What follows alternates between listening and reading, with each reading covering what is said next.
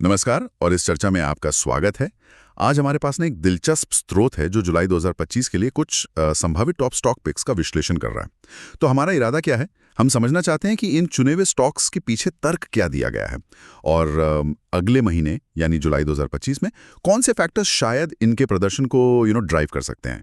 स्रोत ने 5 कंपनियों पर फोकस किया है: Reliance industries, HDFC bank, L&T, Suzlon energy और IRFC। तो चलिए एक एक करके इनको देखते हैं। ठीक है, तो शुरुआत करते हैं रिलायंस इंडस्ट्रीज से। स्रोत का कहना है कि कच्चे तेल की कीमतें जो स्थिर रहने की उम्मीद है और साथ में जियो फाइनेंस की जो रणनीति है, ये दोनों मिलकर रिटेल और ऊर्जा दोनों ही सेक्टर्स में ग्रोथ ला सकते हैं और लक्ष्य 1650 रुपए प्लस का जिक्र किया गया है। हाँ, यहाँ ये देखना दिलचस्प है कि कैसे मैक्रो फैक्टर्स जैसे आपने कहा तेल की कीमतें और कंपनी की अपनी स्पेसिफिक स्ट्रैटेजी जैसे जियो फाइनेंस, इनका जो संगम है वो एक संभावित ग्रोथ को आधार दे सकता है। स्रोत तो यही संकेत दे रहा है। अच्छा, तो मतलब यह है कि कंपनी की जो अंदरूनी रणनीति है जियो फाइनेंस वाली, वो बाहरी कारक जैसे तेल की कीमतें जितनी ही अहम मानी जा रही हैं। बिल्कुल, स्रोत के विश्लेषण से तो यही लग रहा है। दोनों का बैलेंस काफी महत्वपूर्ण बताया गया है।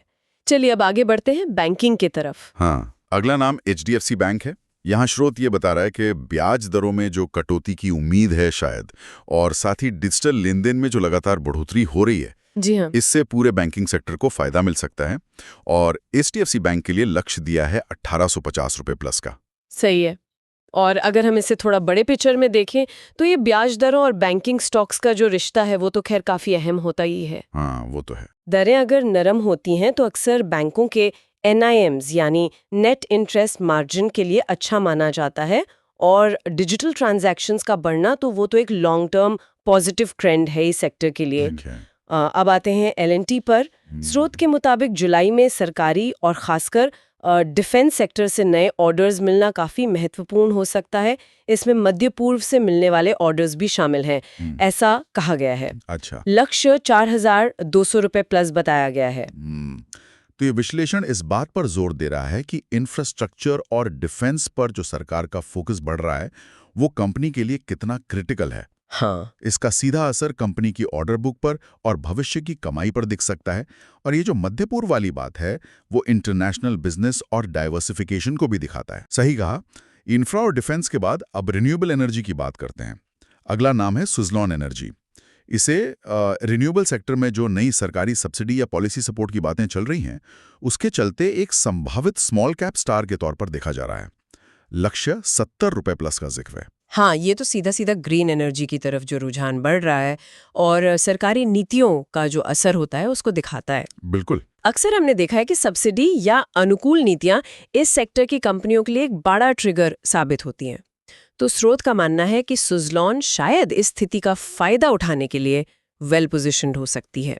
और लिस्ट में आखिरी नाम है IRFC यानी इंडियन रेलवे फाइनेंस कॉर्पोरेशन। जी, कहा गया है कि रेलवे बजट से जुड़ी अगर कुछ अच्छी खबरें आती हैं और निवेशकों की दिलचस्पी भी इसमें बढ़ रही है, तो ये इसे एक मल्टी बैगर स्टॉक बनाने की क्षमता रखता है। लक्ष्य दिया है 210 रुपए प्लस। वैसे रेलवेज पर फोकस बढ़ाती है तो उस सेक्टर को फाइनेंस करने वाली जो संस्थाएं हैं जैसे IRFC, उन्हें अक्सर इसका डायरेक्ट फायदा मिलता है। ये एक तरह का स्थापित पैटर्न है। तो इन सारे विश्लेषणों का निचोड़ क्या है? मतलब स्रोत कुछ करने को भी कह रहा है निवेश से पहले। हाँ, बिल्कुल। जैसे कि ट्रेंड और वॉल्यूम देखना, ये तय करना कि लॉन्ग टर्म खेलना है या शॉर्ट टर्म, और टेक्निकल ब्रेकआउट्स पर नजर रखना, ये सब बातें कही गई हैं। और देखिए, ये समझना बहुत जरूरी है कि ये सिर्फ संभावित पिक्स हैं, कोई गारंटी नहीं है। सही बात। स्रोत की सलाह महत्वपूर्ण है कि कोई भी निवेश का फैसला करने से पहले अपनी रिसर्च, अपनी ड्यू डिलिजेंस बहुत जरूरी है। ट्रेंड और वॉल्यूम से क्या होता है, हमें बाजार का मूड, स्टॉक में कितनी भागीदारी है उसका अंदाजा लगता है। अच्छा। और जहां तक टेक्निकल ब्रेकआउट्स की बात है, मतलब जब स्टॉक प्राइस एक जरूरी रेजिस्टेंस लेवल को पार कर जाता है, वो अक्सर आगे तेजी का संकेत हो सकता है, पर उसे हमेशा दूसरे इंडिकेटर्स के साथ मिलाकर देखना चाहिए, अकेले उस पर निर्भर नहीं रहना चाहिए। तो संक्षेप में कहें तो आज हमने जुलाई 2025 के लिए स्रोत के सुझाए 5 संभावित stocks, Reliance, HDFC bank, L&T, Suzlon और IRFC, और उनके पीछे के संभावित कारणों पर गौर किया। जी। और साथ ही निवेश से पहले ट्रेंड, वॉल्यूम और तकनीकी संकेतों जैसे फैक्टर्स पर ध्यान देने की जो सलाह है, उसे भी समझा। बिल्कुल। और ये याद रखना बहुत ही ज़रूरी है कि शेयर बाजार का प्रदर्शन बहुत सारे अनिश्चित कारकों पर निर्भर करता है। स्थितियाँ बहुत तेज़ी से बदल सकती हैं। हाँ, वो तो है। तो ये विश्लेषण सिर्फ एक शुरुआती जानकारी है। इसे निवेश से पूरी सलाह बिल्कुल ना समझें। बिल्कुल सही कहा। जाते जाते एक सवाल सबके सोचने के लिए छोड़ते हैं। ये जो स्रोत ने शेयर चुने हैं, वो देखिए, ऊर्जा, बैंकिंग, इंफ्रा, रिन्यूएबल और रेलवे जैसे खास सेक्टर से हैं। तो